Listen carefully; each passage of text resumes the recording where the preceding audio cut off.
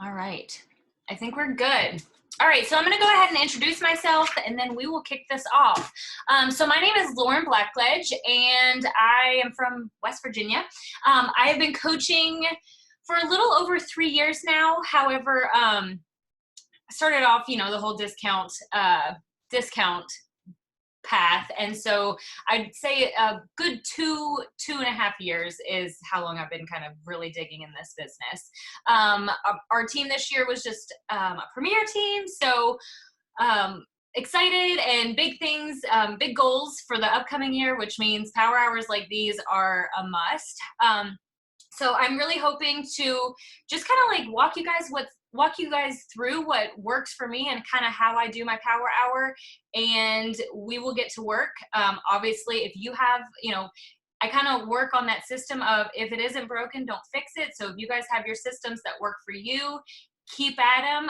If there's a little tweak or something that you hear from me, if you can take anything from this, I'd be so happy. So let me just kind of walk you through what I'm doing. So today is Thursday, so that means it is a new tracker day for me. I use the Beachbody tracker.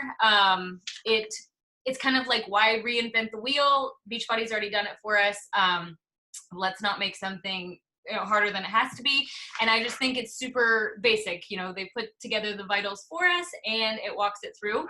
I will say the one thing that I'm super intentional about is I actually don't do my flow the way that that the tracker is. So we're gonna really hit on section 2 today, 2 and 3 specifically, but I'm gonna walk you guys through kind of how I do 1 and 4, just in case it can provide any value to you. So with the tracker, before we even dig in, I think it's super important to make sure that you're getting in tune with your why and writing that down. So let me just kind of preface before we really dig in. Everything over these last 2.5 years that I've been working this business, I have learned from all of the coaches out in this network, and learned and brought those tidbits that work for me and kind of incorporated them. So there might be things that I do that you're like, oh, I've heard so-and-so say this. It's probably because I learned that from them. So I'm super intentional about learning something and then taking action with it and finding if it works for me.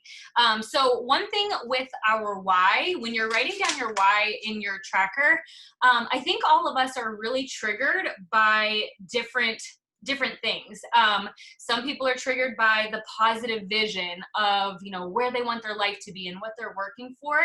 And other people are really driven by the negative of what they don't want their life to look like anymore. And that's me. I work so much harder and I jump out of bed every morning to do this business because of how I don't want my life to look. So I think it's really important to know when you're creating your why and you're writing that down each week, is knowing what drives you.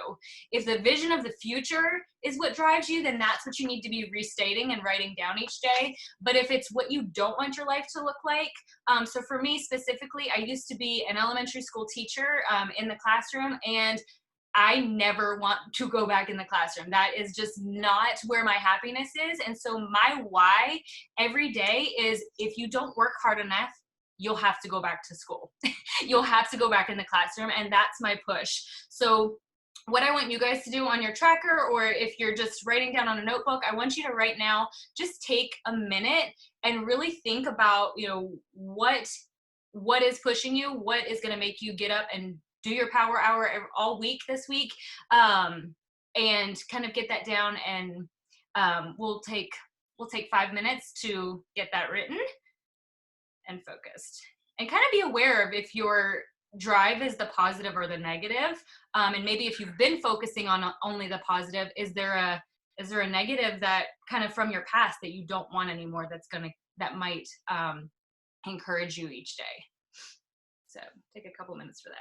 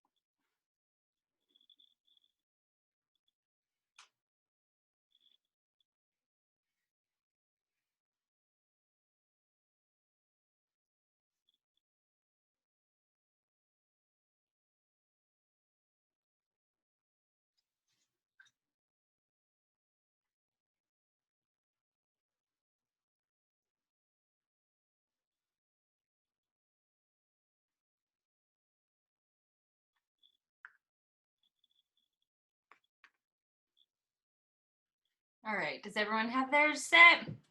All right, we're gonna hop on over if you got the tracker with you. The next part is really just being aware of your target market. And I'm spending time on this now because I know everyone, if you've got a fresh one, it's Thursday, everyone should have a clean slate. Your target market. This kind of over the years has really shifted, and I think it's important to be aware that your target will change as your life phases change.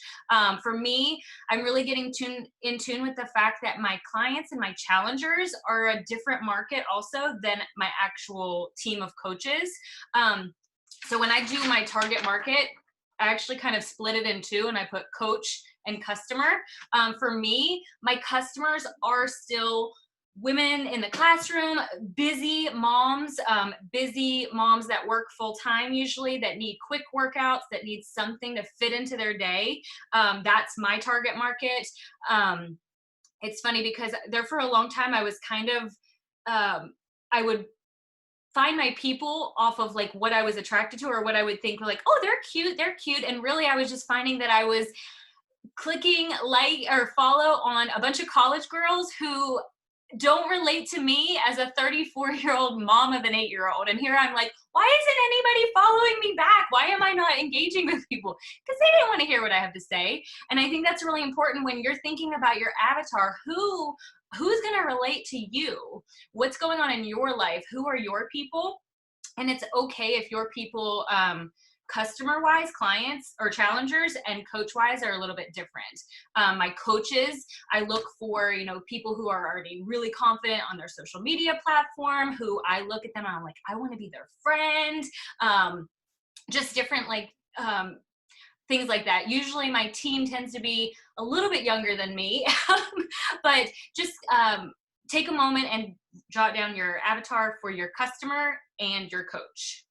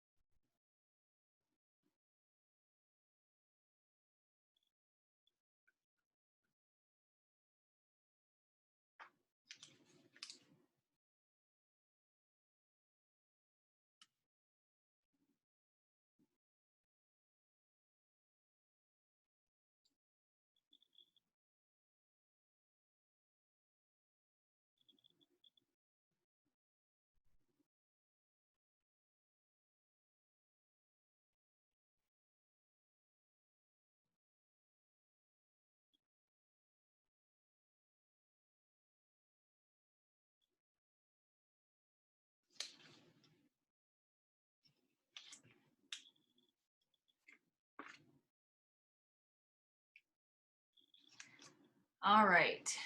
Okay. So the next, this is where I kind of get a little jumbled. So we're going to dive right into the tracker, but I want to talk about part one and then jump all the way down to part four. So being proof the products work. We all know how important inviting is, and that's what we're going to really kind of dig into on this call today and spend time inviting. But I want to kind of like stress on like the beautiful life cycle that happens with the inviting process. When we're inviting people, it's doing two things. One, we're inviting people that are already watching us, or two, that invite is going to then lead people to start watching us. And it's so important that we're being proof that the products work, and showing that we're using those products. I know we kind of get in that routine of like showing our workouts, and there for a while I was I was in the habit, I showed my Energize every single day. But what I noticed was I wasn't showing my Shakeology as much. And so then when I was trying to help people get set up with a Shakeology challenge pack, they were confused as to the value of Shakeology. And so one thing I've been really intentional about is making sure that I'm starting to create consistency in how simple it is to show or be a proof of Shakeology, versus always just kind of like being directed towards Energize, the fun of it. You know, everyone's got the TikToks and all the, you know, jumping around the workouts. We're good with that, but I feel like sometimes we forget about being consistent with our Shakeology. Or at least that's for me. I'm speaking for myself. So one thing that I've really been, someone being mute. One thing that I've started doing is I've started to almost create like a blip of my Shakeology. So I have a new puppy. And one thing we've started, her name's Stella. So we've started Shakes with Stella. That's someone off mute. Shakes with Stella. And it's just something that I do every single day is I pour my shake with my dog in my hands, and it's created so much, sorry, I'm trying to mute, there we go. It's created so much conversation because people, I'm not necessarily like talking about like, oh, come drink this shake with me. It's just showing a little blip of me pouring my shake with my dog. People are talking about her. And you could do this on so many levels with your kids, or, you know, whatever avenue it is that Shakeology is making your life easier. So just be super intentional about making sure that you're sharing those products, because when you're inviting people, they're going to start watching you. And being a product of the product, we always say like inviting is the seed, you're planting the seed, but being a product of the product is watering that seed and showing people every single day that you're doing the things that you're asking them to come do with you. So then my next part is PD. So hopefully you're all reading PD, but my one just tip to share here is make sure your PD is connecting with you and what you need to grow in. There was such a period of time where I was just reading the books that were like the popular books or the names that we would hear, and they weren't necessarily development I needed at that point in my business or development in my mindset. You know, we love Rachel Hollis, but sometimes you might be good with your mindset. You might be good with your empowerment, but you might not be in a space where you're as confident with your leadership. So make sure with your PD, you're reading something that's going to level you up in what you're struggling in, because that's the whole purpose of it. And then for me, my PD, I have to listen. I'm a listener. I have too big of a squirrel brain. If I sit down and read a book, I will start thinking about what workout outfit I'm going to wear. It's just me. It's how I've always been. My brain starts rolling when I'm reading. So I'm a listener. So I put my PD in when I'm in the shower, and I just let it blare through my bathroom. And as I'm listening and showering, I'm like absorbing everything I'm hearing. And what always comes from that is usually a killer post, which brings us to our next part of the next part I'm going to jump to is make sure each day you're sharing a post that is one of your pillars. So we're going to actually come back to that, but I wanted to make sure that, you know, we're listening to the PD and we're actually using what is coming from it to then incorporate that into your vital behaviors as well. All right, so I've blabbered on enough. Let's dig into the first part of step 2 of the tracker. So that's initiate connections and add followers. The time for this on the tracker is 20 minutes. We're going to spend 10 just so we can kind of get this, make sure we get everything in today. For me, with initiating connections and followers, I do this like as soon as I wake up in the morning, because I can do this when my brain is still waking up and still kind of shut down. That's my personal time for it. I know a lot of people will dive right into their PD. Again, find what works for you. With my connections, what I do on Instagram is just recently, especially in the past couple weeks, if I go to my following on Instagram, like the people that I'm following, Instagram will bring up my list, and it first immediately gives me the people that I have least interacted with. So right there, I have a list of 50 people that Instagram is telling me I haven't talked to recently. So what I do is I tap that list and it brings me up those 50 accounts, and those are the first people that I start interacting with. So I'll go to their page, I'll click like, I'll watch their story, I'll comment, and I'll just engage with that person. And Instagram will recalculate that list every day or a couple days. I've noticed mine continues to change. But that's been the first place that I go to when I am making my connections each day. Because if Instagram's saying I haven't talked to them, then I need to talk to them, especially if I'm following them. So let's go ahead and do that. So open up your IGs or wherever it is you follow, or what platform you use. And we will spend 10 minutes. I'm going to set my timer.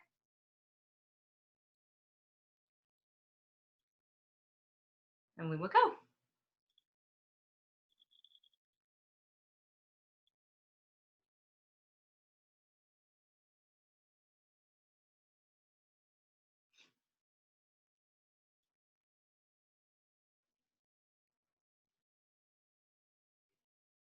I'll also add, if this is in that least interacted with space, if it's someone who hasn't posted on Instagram, if I open up their Instagram and I see they haven't posted on Instagram since 2018, 2017, that is also providing me a space to unfollow that person because they're not on Instagram.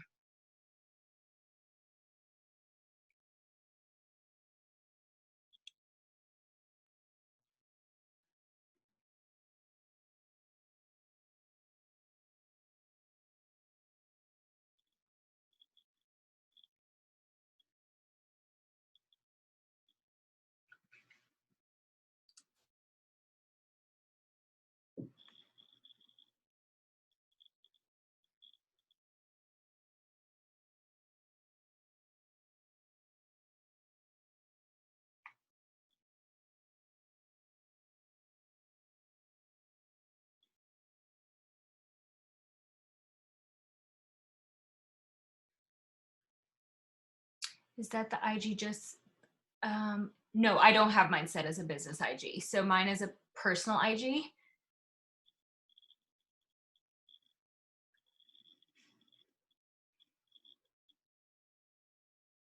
Where do you see? Okay, so when I go to my profile, if I click who I am following,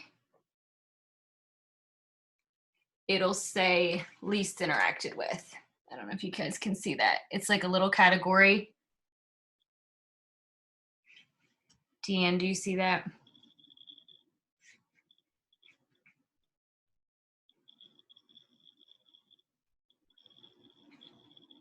Okay, perfect.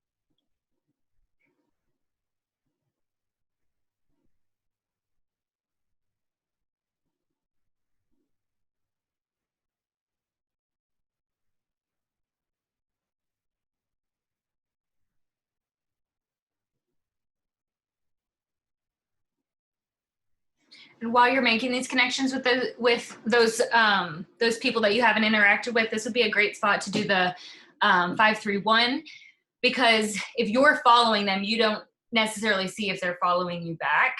So this could be a good chance of them following you back then.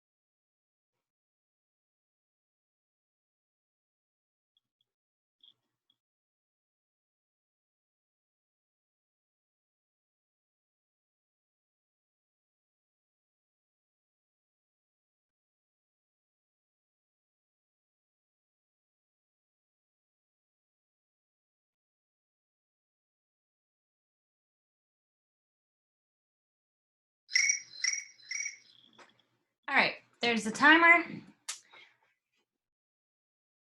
Okay, so that was 10 minutes. I didn't even make it through that list of 50. So that just shows, I mean, you could probably get the whole list in the 20 minutes. So that's how that's always where I start with my connections. And I've just really been enjoying that because it's a list that's already pre-made for me. Now let's do, for the rest of the 10 minutes, we're gonna add followers, which goes in the same section on the connection section. So for me, I've heard so many people share different ways that they find their followers. For me, I just kind of rotate through from day to day what I'm feeling or where I'm getting my groove. Some days I have certain like influencer accounts that I love to follow that are not Beachbody. Yeah, don't go follow any Beachbody accounts.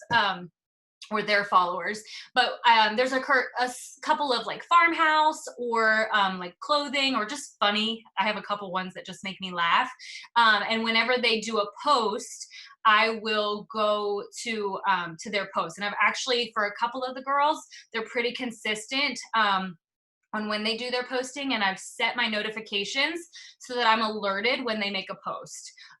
So I'll share one with you because I feel like everybody knows her, but there's one sister studio, Jen Reed. She's in Texas. She's an amazing like Amazon blogger, massive following. I think she's like up in the 700,000s, but I set my notifications so that I'm alerted whenever she makes a post. And for her, where she has such a massive following, her following in the first 5 minutes of her making a post, she'll have over 100,000 likes. And so I will just go to that because that does two things for me. It shows me that those are people who are interested in the same person I'm interested in, the same style, and they're also currently on Instagram. And that's something I've had to work on, filtering out of the people who are not necessarily using it the same way we are. So that's one way I'll do my adding new followers. Another thing I will do is I will go to one of my local friends who is not a coach with me, and I will go find a photo that like is a bunch of them and their girlfriends, and I'll kind of like do like the third degree. So I'll go to one of their friends, and then I'll go to their friend's friend, and I'll look at their last picture, especially if it's a cute one that got a decent number of likes, and I'll follow those people who have a pink ring around them, which means they're using Instagram stories. Because at this point, we want people who are actively on Instagram. And then I'll kind of go to the ladder. If you're still very active on Facebook, I'm constantly intentional about adding friends to my my Facebook, but I'm just not I'm not focusing on growing it as quickly because my Facebook is almost maxed out. But what I'll do is I'll go to one of my friends on Facebook, and then I'll just go to their friends list. And if we have over 20 to 30 mutual friends, I'll add them if they look like someone that I would want to be friends with too. So let's go ahead and spend the next 10 minutes on adding followers to our following. Sometimes I'll just click add follow, and then sometimes I will take the time and just click a couple pictures, click like on their pictures. That way the chances of them following back are higher. Someone said, how do you get notifications on a page again? Okay, I'll go to Jen. So Sister, she's my favorite one, and it's Sister Studio IG. Yeah, she has 733,000 followers. So what you'll do is when you open up that person's page, you'll click no, it's not. Sorry, you'll click the button where it says you're following them, and there's a down arrow. So when that down arrow pops up, this screen will pop up, and you can click notifications, and you can set the notification. So I have hers just set on her posts. I don't need to know when she posts a story because that's not, necessarily what's going to help grow my business, but her posts are for sure. So here's an example. 3 hours ago, she made a post. We obviously can't see the number of likes now, but I'll just kind of skim through. This was 3 hours ago. Look at all these blue marks. Those are people I'm not following yet, but these are people that I have the same interests with. So be really intentional about the influencer you're following. Make sure it's someone that's your vibe. there's been influencers that I follow, and a little while I'll just see like just from the way they talk or the things they share or just their stage of life, and I'll be like, they're not for me. And so then I'll just unfollow them and I'll find another one. And influencers are really good about sharing other people that they follow. So especially people that if you follow like funny people, they'll share the ones that make them laugh too. So let's take 10 minutes. I'll set the alarm and then we will bust through that.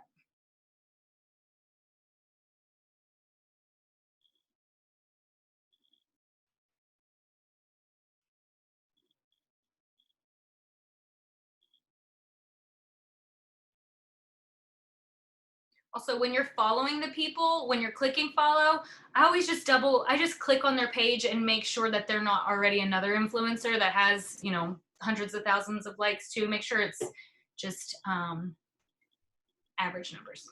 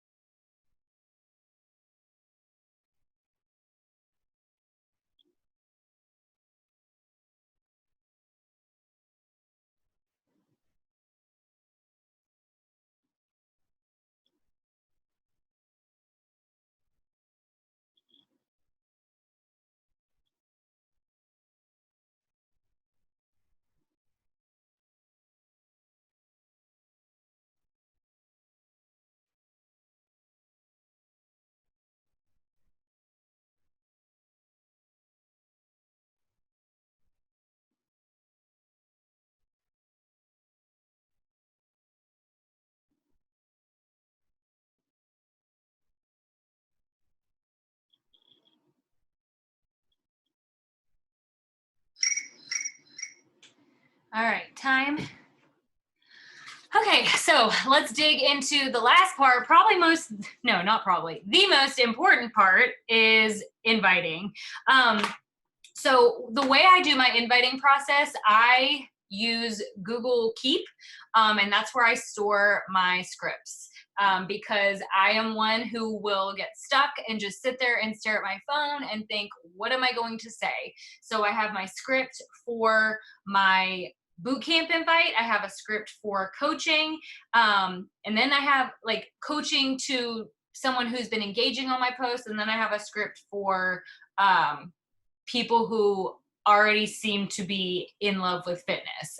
So I kind of have my go-to scripts, and they're super simple. And I invite people the way that I would want to be invited.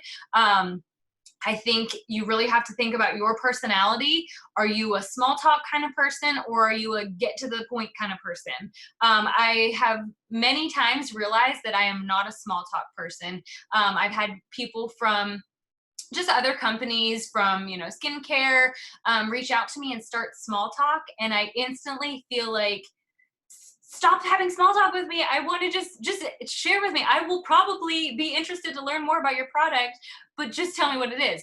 But that's my personality. If you're someone who gets, if you would be offended, or maybe feel like less personal touch if someone just went right in for the invite, then you might be ease into it with a conversation type person. And I think it's so important to know who you are, so that you can be inviting the right people. Because I always remember the quote, you can never say the right thing to the wrong person, and you can never say the wrong thing to the right person. And so if you kind of just go into your invites with that confidence of knowing, you know what, if they don't like the way that I am letting them know that I'm hosting a boot camp, or that I think that they'd be an amazing coach, then they're not my people anyway, and that is okay with me. They can either ghost me, or they can say no thank you, and that's usually what'll just happen if it's someone that I come across that's not my people. And so I think when you're going into your invites too, it's so important to kind of have that mindset. So right now, think about what do you have coming up right next. So for me, I have a boot camp that's coming up. So I'm going to be starting my boot camp invites. Now we're also on the tail end of a coach sneak peek. So when I get to my follow-ups, I'm going to be following up with my coach sneak peek people. So we are starting to run out of time, because I talk too much. Which will lead me to my next thing, is my invitations. I'm very much copy and paste. But after they respond, I get right on voice text, and I usually say, "Hey girl, I'm sorry. I'm sorry if this is uncomfortable for you, but I'm so much more a talker than I am a typer." And that's how my conversations continue from there. So I'll ask them about what their struggles and goals are that they want to focus on, and then they are, from that point on, just listening to my voice, because they're hearing my authentic emotion coming through, and then there's no question on the tone of the text. So let's spend the last we're gonna go 15 minutes. We'll go like 5 minutes over. So what I do for my invites, I don't track the people I'm inviting, I track the number. So every day for me, I do 20 invites. Lately, because we've got big goals, I'm doing 20 bootcamp invites and 10 coach invites, but you invite right now for your phase of the business and for the goals that you have. When I send an invite, I simply make a tally on my paper. Like, I will just go off of tallies, and then the only time I write down a person's name is if they respond back, because there's no need to waste your time on someone that might ghost you. All right, any questions about that? All right, I'm gonna set the timer for 15 minutes. Let's do 15 minutes of invites for whatever you have upcoming.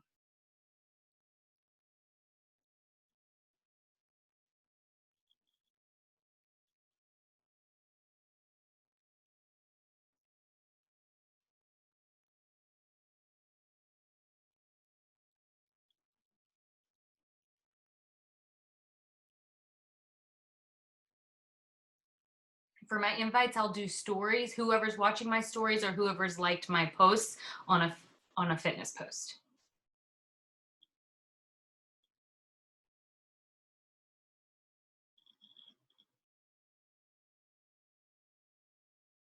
or sometimes just my followers.